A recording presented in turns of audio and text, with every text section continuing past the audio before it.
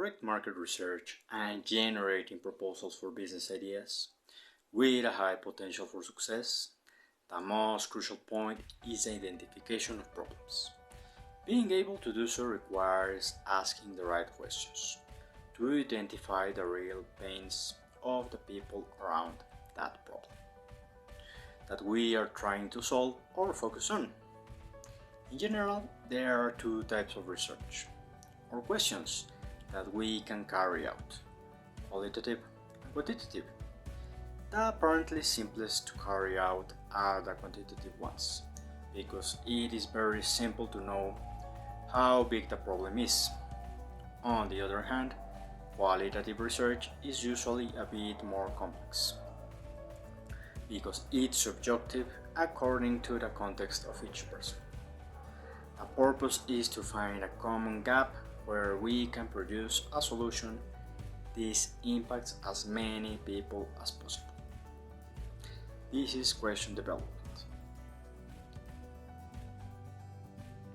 Problem when asking the questions for this market research is that they are usually biased on our own beliefs as founders or creators of this solution. What do we do when we want to create a business or have an idea? Surely right now you have a business idea or you have had one in the past. Many go through the same process. You were in a specific situation doing something and suddenly a problem arose. Maybe the product you used failed you.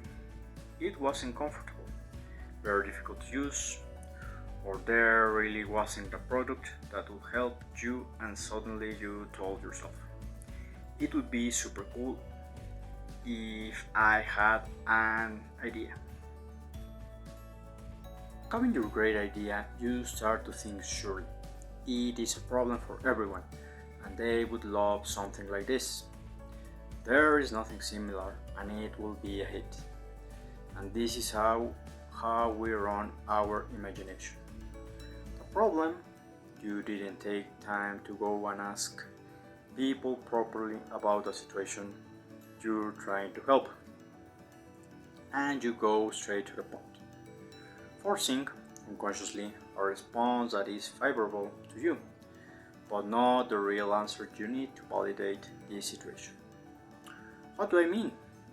We unconsciously ask questions like, what was your worst experience dealing with this? Would you like a new proposal that solves these things? What do you think of this idea? Would you buy it? Have you used worse products or better products than this? It's not that the above questions are wrong. What is important to note is that you assume that the person has a problem with the product when it may work perfectly, or the problem is not considered big enough to change it. Problem when talking about your solution proposal to people, many times they do not want to get into any kind of confrontation, so they respond just positively to these questions with a simple answer of yes or no, a lot, a little, etc. It is important to avoid using comparative words such as few, much, many, best, worst, better, poorer, greater, etc. In a natural way, we are already classifying things in a category in people's minds, made up by the interviewer and they by not wanting to spend time thinking about something that probably does not interest them. Simply please you by making you believe that you are on the right track when it is not. Questions.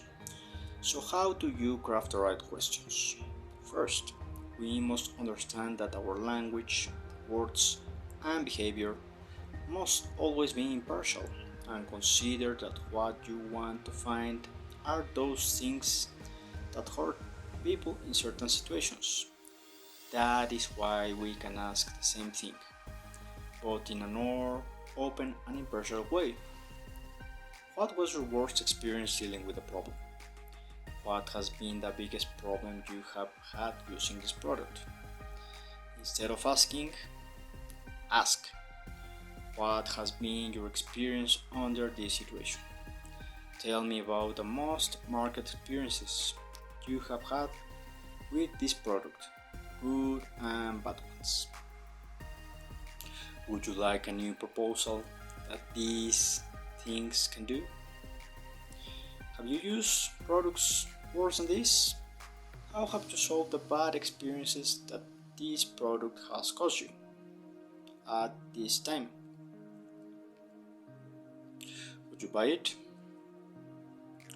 What do you think about this idea? How many and what have been the different products that you have bought similar to this one? What are the expectations you had for the product you are using? And did it reach them? Instead of this asking, ask questions. There is no guide as such on how the question should be asked. For the first time, you are conducting a market study from scratch. The guides that exist are more for advanced stages, where it is recommended that you ask specific questions. Specific things such as age, gender, location, socioeconomic level. This is because they already have a previously validated product or large companies that are willing to invest time and money in. When we don't have the resources, developing the ability to ask the right questions, it becomes a rare talent. For a situation as simple as wanting to know if they will buy the product or not, you can do something slightly different, such to get the answer. How many products of this type do you have? When was the last time you bought one? When was the last time you looked for a similar product to buy? Why didn't you buy that product? What caught your attention about the last product to buy? Whenever you want to do a quantitative interview or survey, ask 10 questions that you are interested in knowing without caring much about whether it is right or wrong. Once you have this, ask yourself 5 ways to build each question in a different approach to help you answer the original question. The important thing is to get to know the situation in order to really find out what prompted the interviewee to make decisions when facing it. Once you have your questions, you can go interviewing people. The more the better, so that you get the quantitative results. X number of people told me X type of thing repeatedly. X number did not answer the question. X number of people were excited to answer X question.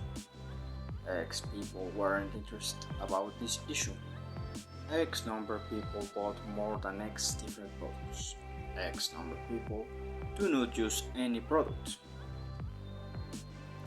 As a first experience to you for developing questions for your activity, get together with your team to be able to choose a problem that you would like to work on as a final project, and individually do the following.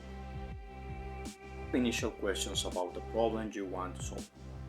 3 questions around each of the 5 above. Totally you will have 15 questions. Share with your classmates and together use 3 questions each of the 15 created for them to make a Google form. Open questions.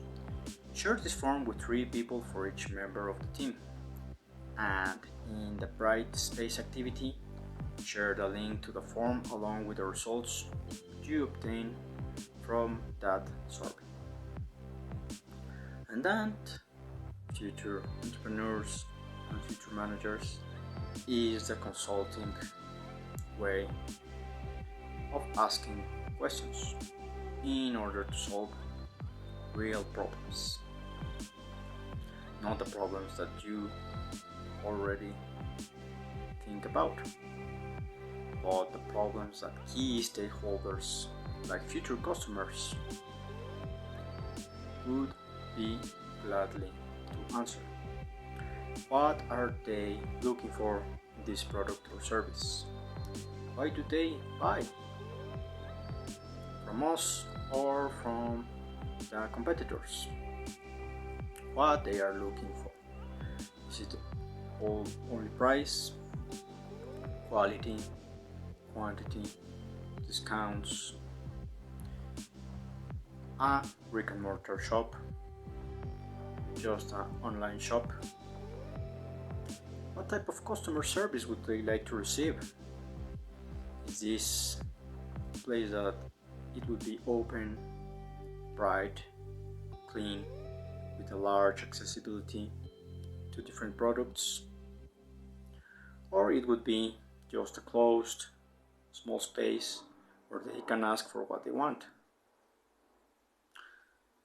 The best qualitative and quantitative research is to go ask your future customers why they would buy from us this particular product or service, and if our product and service would really solve their problem.